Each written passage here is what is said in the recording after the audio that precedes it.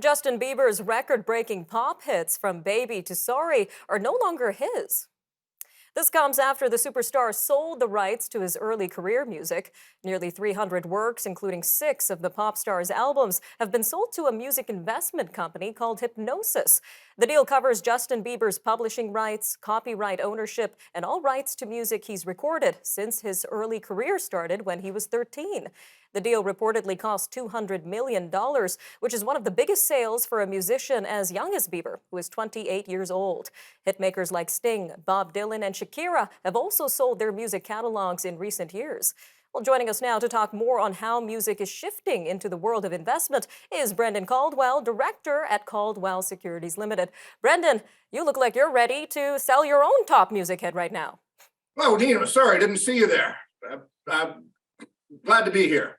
I think I may as well start practicing. If Bieber can sell for $200 million at age of 28, at 52, I don't think it's too late for me. Never too late, Brendan. Now, getting into these sales, now, why do you think singers are selling their music, even though they're making extraordinary amounts of money? Why do you think they're selling their music in the first place?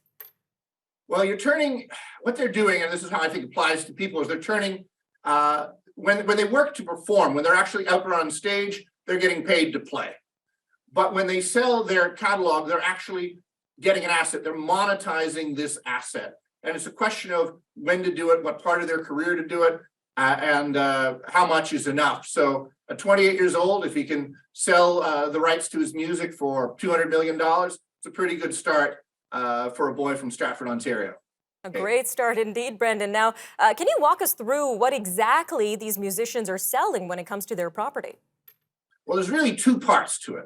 There's the part that the writer gets, and then there's the part that the producer gets. Now, new artists, say T Swift, when she's doing her first albums, she gets the right for the music that she composes. So that's all hers. But the right to the actual production tends to be with the production company.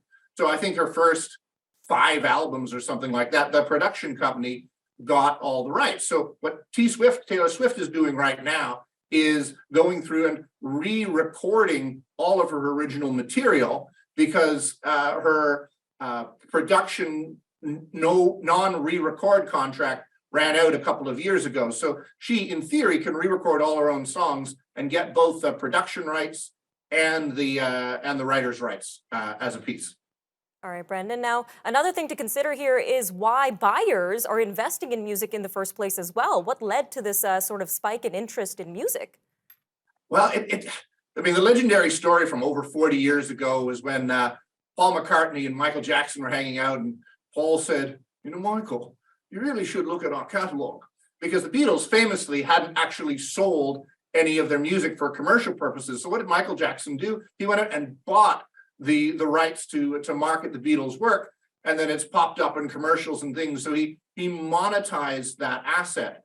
In the modern era, there are so many venues where the standards, from the drifters under the boardwalk to Taylor Swift and Justin Bieber's work, can be released and used in movies and on the internet and everywhere. So if you are a musician in the business of making music, it makes sense to sell to someone who's in the business of marketing music if you do it for enough money. All right, Brendan. Well, looking ahead, how do you see this sort of evolving in the near future? Could investing in music become the new norm, like cryptocurrency? And if so, what could this look like for the everyday investor? The difference, Nima, is that cryptocurrency is some ephemeral thing in the ether, but rock and roll is real. Why it's being done right now is that right now, musicians can sell their catalog and claim it as a capital gain. Biden, who is no fan of rock music, as far as I can tell, is thinking of changing the tax treatment so it would come back into income. So the reason you're seeing a flourish of it right now is that there's a window here for certainly American artists to capitalize on their catalogs and make maximum dollars and pay minimum tax. And you're right, royalties of all sorts, including music, are a part of the investment world, and I think can be a bigger part of it going forward. Always some great insight, Brendan. Looking forward to your next music hit. I'll be sure to listen to that. Thank you, Nima. I got to get practicing though. Appreciate the time.